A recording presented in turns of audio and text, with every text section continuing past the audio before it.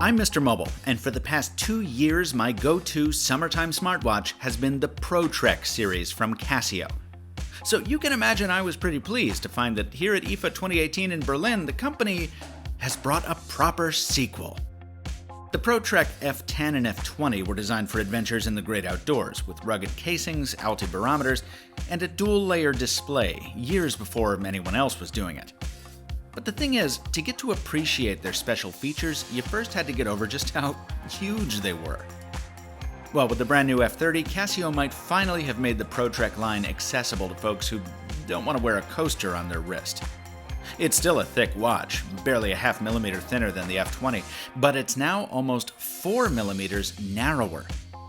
Casio has also made the watch band more flexible, while also adding more notches for more granular sizing.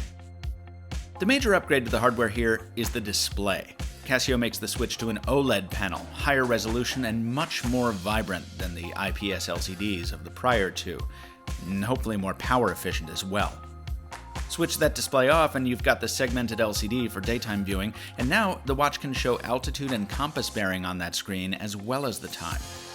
That might come in handy to the hikers and outdoors people who buy this thing, and there's also a new extend mode for them as well. That basically saves your battery by maintaining a GPS track while keeping the screen off. Casio promises up to 3 days of tracking in extend mode, which also lets you schedule periods of timeout for even more energy saving.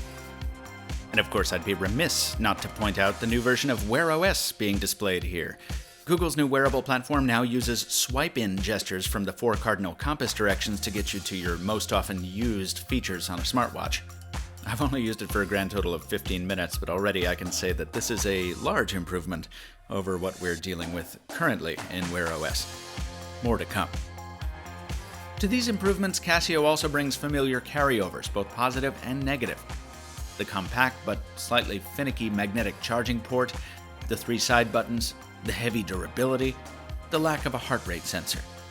And even with all the improvements and keeping in mind that amid all the miniaturization, it's still a big old watch, Casio's expected standby time of just 1.5 days is, well, as usual, I expected a little bit more. We'll see how it stacks up out in the real world when I do get the chance for a full review.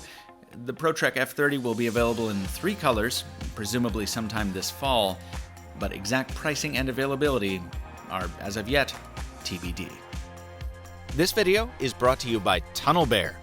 True story, it's the first VPN I ever used, and I'm genuinely glad to sponsor it. TunnelBear lets you browse the web safely on a public hotspot, which I'm on frequently, and it lets you do it with the flick of a switch. TunnelBear even opened itself up to an independent audit to prove it's keeping its security promises. Mainly though, I've got to be real, I'm here for the mascot. Help support Mr. Mobile, secure your browsing for the next 2 years, and save almost 60%. Hit the links in the description to secure your special deal on TunnelBear. And thanks. Be sure you're subscribed to the Mr. Mobile on YouTube so you don't miss that full review, and follow me at the same handle on Instagram for all the latest out of IFA 2018 in Berlin.